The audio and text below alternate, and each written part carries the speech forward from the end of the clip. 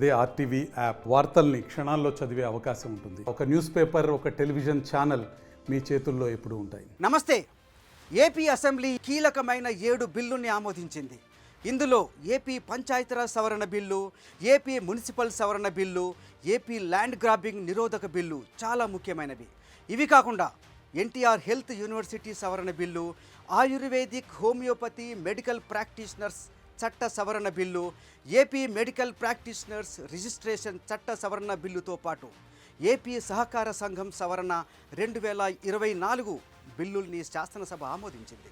ఇందులో ముఖ్యమైన బిల్లుల్లో ఏముంది, వాటి పర్యవసానం ఎలా ఉండబోతుందో చూద్దాం. ముందుగా ఏపీ ల్యాండ్ గ్రాబింగ్ నిరోధక బిల్లు 2024. ఈ బిల్లులో ఏముంది?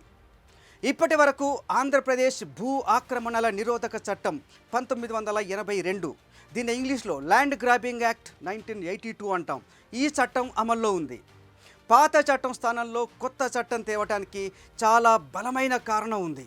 ఎప్పుడో 40 ఏళ్ల క్రితం నాటి పరిస్థితులకు అనుగుణంగా చేసిన ఆ పాత చట్టంలో అనేక లొసుగులున్నాయి. ఆ లొసుగులను ఉపయోగించుకొని గత 5 ఏళ్ల జగన్ పాలనలో రాష్ట్రంలో విచ్చలవిడిగా భూ కబ్జాలు జరిగినట్లు చాలా ఆరోపణలు వచ్చాయి. కబ్జాదారులను, కబ్జా చేసిన భూములను గుర్తించి స్వాధీనం చేసుకోవడానికి, వారిపై చట్ట ప్రకారం చర్యలు తీసుకోవడానికి పాత చట్టం ప్రకారం సాధ్యం కాదు. రాష్ట్రంలో నానాటికి భూముల ధరలు పెరిగిపోతున్నందున భూ కబ్జాలు కూడా పెరిగే ప్రమాదం ఉంది. వాటిని అడ్డుకొని నేరస్తులపై చర్యలు తీసుకోవడం కోసమే ఈ కొత్త చట్టాన్ని తీసుకొచ్చింది చంద్రబాబు నాయుడు ప్రభుత్వం. కొత్త చట్టం ప్రకారం భూ కబ్జా చేసినట్లు నేరం రుజువైతే కనీసం 7 నుంచి 11 ఏళ్ళు జైలు శిక్షతో పాటు భారీగా జరిమానా విధించే అవకాశం ఉంది. ఆక్రమిత భూములను ప్రభుత్వం తిరిగి స్వాధీనం చేసుకునేందుకు కూడా అవసరమైన అంశాలు ఈ కొత్త చట్టంలో రూపొందించారు.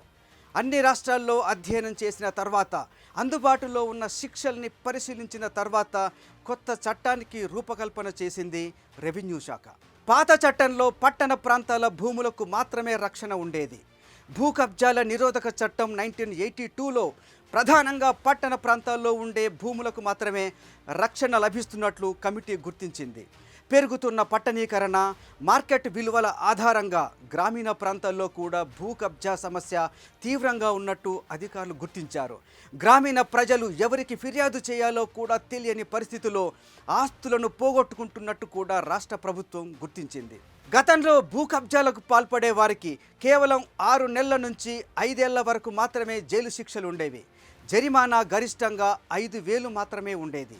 దీంతో ఈ చట్టాన్ని ఎవరూ ఖాతరు చేయటం లేదని అధికారులు గుర్తించారు. ప్రస్తుత చట్టంలో భూ కబ్జాలకు పాల్పడే వారిని ఉక్కుపాదంతో అణిచివేసేలా శిక్షలు ప్రతిపాదించారు. కనీస జైలు శిక్షను 7 ఏళ్లుగా ఖరారు చేశారు.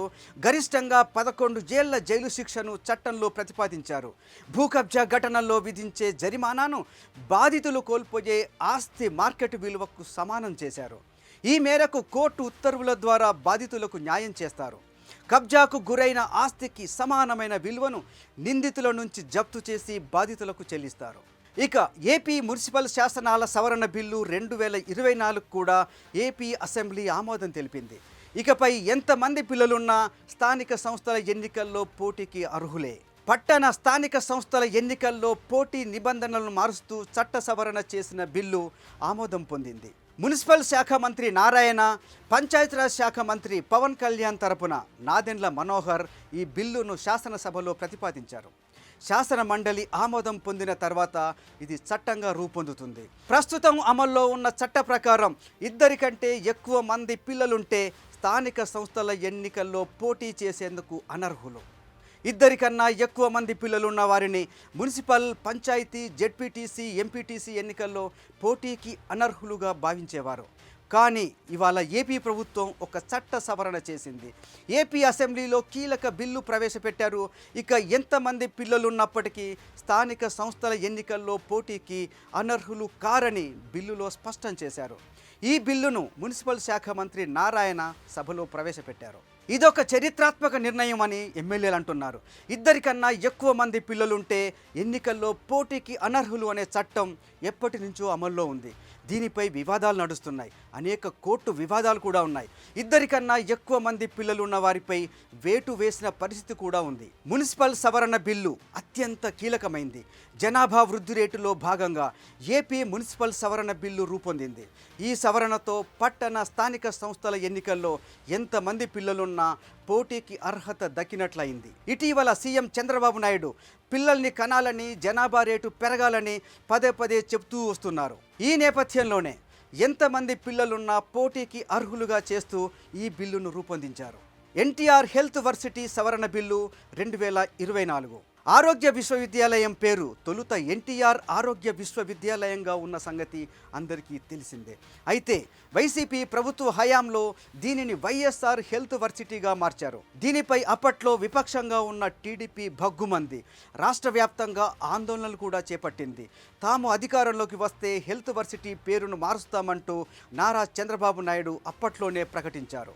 అన్నట్టుగానే అధికారంలోకి రాగానే వైఎస్ఆర్ హెల్త్ యూనివర్సిటీ పేరును ఎన్టీఆర్ హెల్త్ యూనివర్సిటీగా మార్చారు.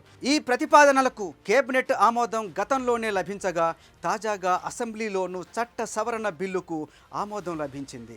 మండలి ఆమోదం తర్వాత ఉత్తర్వులు కూడా జారీ చేస్తారు. ఒక చట్టంగా రూపొంది ఇది అమల్లోకి వస్తుంది.